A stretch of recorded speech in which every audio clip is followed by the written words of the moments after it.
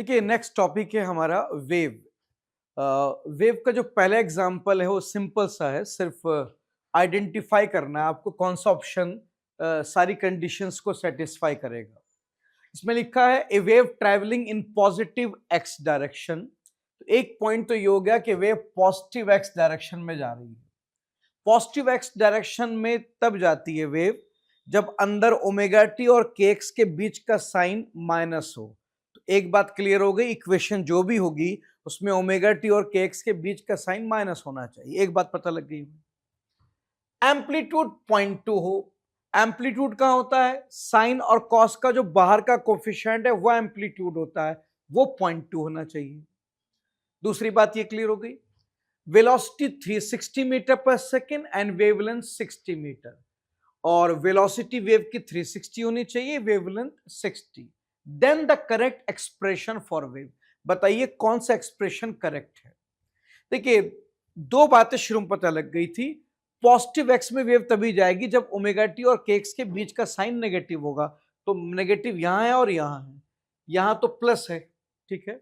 तो यहां पे तो ये करेक्ट हो गया। क्या तो आंसर ये सही होगा या ये सही? इन दो में से कोई एक सही होगा। अच्छा एम्पलीट्यूड देखिए 0.2 आ रहा है, ठीक है। एम्पलीट्यूड 0.2, एम्पलीट्यूड कौन होता है? साइन और कॉस के बाहर का कोफिशिएंट, ये 0.2 आ रहा है। तो यहां पर दोनों का साइन भी ठीक है और बाहर का कोफिशिएंट भी ठीक है।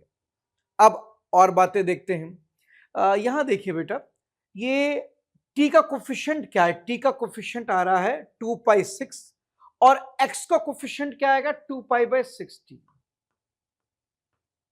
इसमें अगर 2π को मैं अंदर ले जाऊं तो x का कोफिशिएंट 2π/60 आता है और x का कोफिशिएंट होता है 2π/λ वेवलेंथ। तो यहां से वेवलेंथ आएगी 60 मीटर और क्वेश्चन में भी दिया है कि लैम्डा 60 है। तो ये तो बिल्कुल सही सेटिस्फाई हो रहा है। इधर आ जाओ, नीचे आ जाते हैं। यहां पर पाई को अंदर ले जाओ तो x का कोफिशिएंट आता है π/60 और x का कोफिशिएंट 2π/λ होता है। तो यहां से आप देखेंगे तो वेवलेंथ आएगा 120 मीटर, जबकि गिवन 60 है। तो ये वाला इनकरेक्ट हो गया। इन दोनों में माइनस साइन है, यानी कि दोनों पॉजिटिव एक्स में जा रही हैं। यहां पे साइन के कोफिशिएंट दोनों में 0.2 है, दोनों का एम्पलीट्यूड 0.2 है। मगर यहां वेवलेंथ आ रही है 60 जो कि गिवन है, यहां वेवलेंथ आ रही 120 जो गिवन नहीं। तो जो करेक्ट एक्सप्रेशन है वो है ऑप्शन सी हमारा, ठीक। नेक्स्ट क्वेश्चन में लिखा है a uniform rope of length L and mass M1 hang vertically from rigid support. हमारे पास एक रोप है, रस्सी, जो वर्टिकली हैंग कर रही है। कहां से? एक रिजिड सपोर्ट से। एक सपोर्ट है जो फिक्स है, फिक्स सपोर्ट से ये रोप हैंग कर रही है वर्टिकली। इस रोप की लेंथ L है और उसका मास जो है वो है M1। पहले सेंटेंस में जो लिखा था मैंने डायग्राम बना दिया। आगे, a block of mass M2 is attached to the free end of rope. और हमने एक ब्लॉक लिया M2 मास का, वो रोप के फ्री एंड से अटैच कर दिया है। तो एक ब्लॉक लेते हैं और उसे हम यहां रोप के फ्री एंड से अटैच कर देते हैं, M2। सेकंड सेंटेंस पूरा हुआ। A transverse pulse wavelength λ1 is produce at the lower end of rope. ये जो रोप का लोअर एंड है, यहां पर हमने पल्स ऑफ वेव प्रोड्यूस की जिसकी वेवलेंथ λ1 है। तो हमने एक पल्स ऑफ वेव प्रोड्यूस कर दी है ए, यहां पर इसकी वेवलेंथ है λ1। जब मैं यहां पर एक पल्स ऑफ वेव प्रोड्यूस करूंगा तो ये वेव रोप के अलोंग ऊपर की तरफ ट्रेवल करेगी, और जब वेव नीचे से ऊपर जाएगी तो हम क्लास में पढ़ते हैं कि जब वेव एक जगह से दूसरी जगह ट्रेवल करती है तो वाइल ट्रेवलिंग फ्रीक्वेंसी चेंज नहीं होती। हाँ, स्पीड और वेवलेंथ चेंज हो सकती है। तो ट्रेवल करते वक्त इसकी फ्रीक्वेंसी तो चेंज नहीं होगी, जो फ्रीक्वेंसी बॉटम पे है वही टॉप पर भी होगी, लेकिन वेवलेंथ चेंज हो सकती है। लेट अस से λ2, ठीक है। आगे, the wavelength of pulse when it reach the top is λ2। वही कह रहा है कि जब ये वेव ऊपर पहुंचेगी तो वेवलेंथ λ2 हो जाएगी। वेवलेंथ बदलेगी, स्पीड फ्रीक्वेंसी नहीं बदलती। ड्यूरिंग ट्रैवलिंग ऑफ वेव अपनी फ्रीक्वेंसी चेंज नहीं करती। अब आगे क्या पूछा, the wavelength of pulse when it reach the rope is λ2, then λ2 by λ1 is. तो बताइए λ2 by λ1 का रेशियो क्या होगा। अब इसे सॉल्व कैसे करेंगे वो बता देता हूं। फिलहाल मैंने क्वेश्चन पढ़ के एक डायग्राम कंप्लीट किया। अब आपको पता है हमारे पास एक फॉर्मूला है, speed of wave equals to frequency into wavelength. ठीक है, speed of wave in string का फॉर्मूला है √T/μ equals to frequency into wavelength. अब इस फॉर्मूले को मैं यूज करूंगा एक बार बॉटम पर और अगली बार टॉप पर।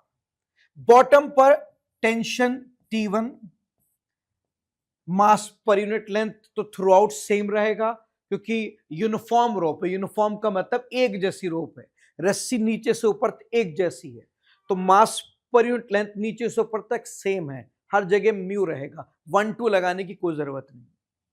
फ्रीक्वेंसी सेम रहेगी, वेवलेंथ बॉटम पे λ1 है, दैट इज इक्वेशन 1। फिलहाल ये फॉर्मूला मैंने बॉटम ऑफ स्ट्रिंग पे लगाया। अब ये फॉर्मूला टॉप पे लगाऊंगा, ऊपर जाकर टेंशन बदल जाएगी, म्यू सेम रहेगा, फ्रीक्वेंसी सेम रहेगी, वेवलेंथ बदल जाएगी, दैट बिकम्स इक्वेशन 2। तो मैंने एक फॉर्मूला डेवलप किया, उसी को मैंने एक बार बॉटम पे लगाया, एक बार टॉप पे।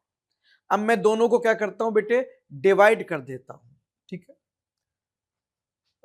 2 डिवाइड बाई 1, इक्वेशन 2 को इक्वेशन 1 से डिवाइड करता हूं।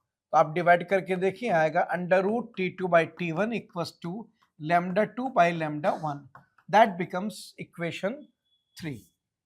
ठीक है, ये इक्वेशन 3 आ गई। इनफैक्ट उसने हमसे ये पूछा भी है, फाइंड द रेशियो λ2 by λ1। यही चाहिए मुझे। अगर ये चाहिए तो मुझे टेंशन निकालना पड़ेगा रोप में, एक बार बॉटम पे और एक बार टॉप। उसके लिए मैं एक काम करता हूं, मैं पहले इस ब्लॉक का एफबीडी बनाता हूं, सिर्फ ब्लॉक का। ब्लॉक का एफबीडी में नीचे ब्लॉक का वेट आएगा m2g, और ब्लॉक के ठीक ऊपर यहां स्ट्रिंग का लोअर एंड है। स्ट्रिंग का लोअर एंड ब्लॉक से कनेक्ट है, तो स्ट्रिंग का लोअर एंड ब्लॉक पर ऊपर की तरफ एक टेंशन लगाएगा। ये टेंशन कहां लगेगी बेटा, लोअर एंड पे। लोअर एंड की टेंशन को हमने T1 कहा था, तो इसे T1 कहेंगे। ये बस बेटा, ब्लॉक पे दो ही फोर्स है। अब अगर आप न्यूटन सेकंड लॉ लगाए इस ब्लॉक के ऊपर y में, ऊपर T1 नीचे m2g इक्वल्स टू 0, एक्सेलेरेशन नहीं है, आपका पूरा सिस्टम एब्सोल्युटली रेस्ट पे है, आपका ब्लॉक मूव नहीं कर रहा।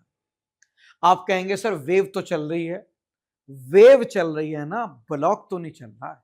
देखो, वेव नो डाउट ट्रेवल कर रही है from lower end to upper end, मगर बेटा आपका ब्लॉक मूव नहीं कर रहा है।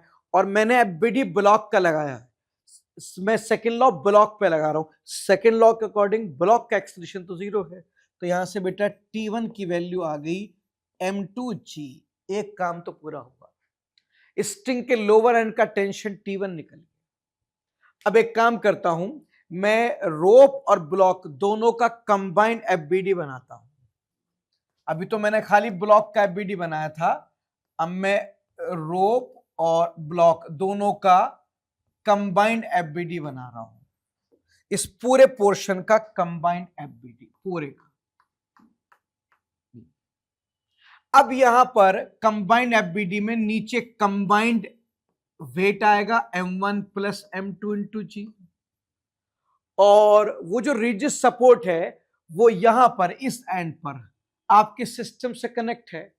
रिजिड सपोर्ट ऊपर है तो वो इस पूरे सिस्टम पे ऊपर की तरफ टेंशन लगाएगी, और ये tension highest point of string पे लगेगी, जिसको हमने T2 कहा। अब पूरे सिस्टम पे न्यूटन सेकंड लॉ लगाएं आप y में, ऊपर T2 नीचे m1 plus m2 into G equal to 0। Rope और ब्लॉक दोनों एब्सोल्यूट रेस्ट पे है, तो एक्सेलरेशन अगेन 0 हो गया। तो T2 हाईएस्ट पॉइंट की टेंशन आ गई, ये आ गया, T1 भी आ गया और T2 भी। अब T1 T2 जो है, अब उसे अब आपने इक्वेशन थर्ड में पुट करेंगे तो आपको आंसर मिलेगा। T2 की वैल्यू कितनी आ गई बेटा, m1 प्लस m2 इंटू जी, और T1 पिछले पेज पे क्या आया था, M2G equals to lambda 2 by lambda 1, जिसमें से G कैंसल हो गया, तो लैम्डा 2 बाई लैम्डा 1 का रेशियो आ गया under root M1 plus M2 upon M2। अब देखते हैं ऐसा कौन सा ऑप्शन है हमारे पास ऑप्शन ए है अवेलेबल, चेक कर लीजिए, ये आंसर आ गया। नेक्स्ट क्वेश्चन इक्वेशन बेस्ड है।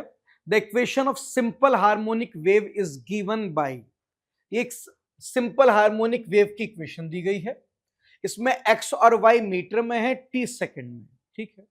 The ratio of maximum particle velocity to wave velocity, हमें रेशियो चाहिए किसका, maximum particle velocity upon wave velocity v का।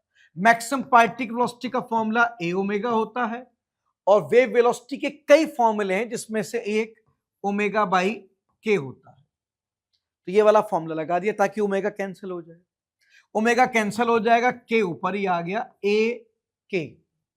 एम्पलीट्यूड क्या होता है, ये बाहर साइन का कोफिशिएंट एम्पलीट्यूड होता है, दैट इज 3, के अंदर एक्स का कोफिशिएंट के होता है, क्या है सर, ये पाई बाय 2 आप अंदर ले जाएंगे तो एक्स का कोफिशिएंट पाई बाय 2 आएगा, ये आपका, तो ये आपका जो आंसर आ गया बेटे वो आ गया 3 पाई बाई 2, ये आंसर आ गया, ऑप्शन बी आ गया आपका ए।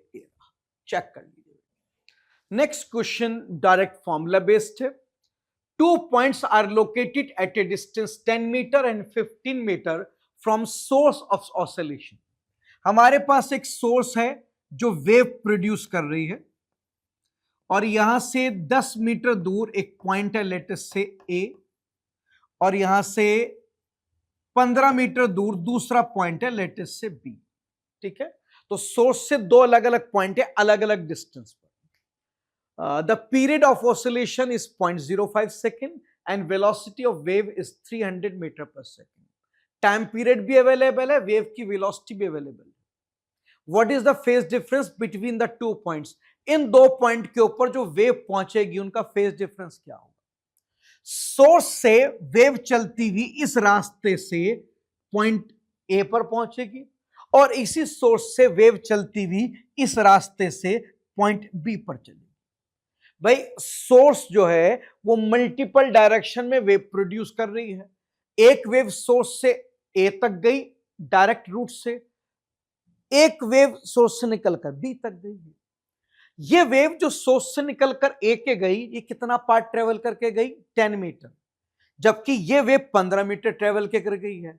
ये पाथ 10 मीटर चल के पहुंची है, ये 15, इनके बीच का पाथ डिफरेंस क्या है, पाथ डिफरेंस हो गया 15 माइनस 10। भाई एक वेव 10 मीटर चल के पहुंची है, एक 15, तो दोनों का पाथ डिफरेंस आ गया 5 मीटर।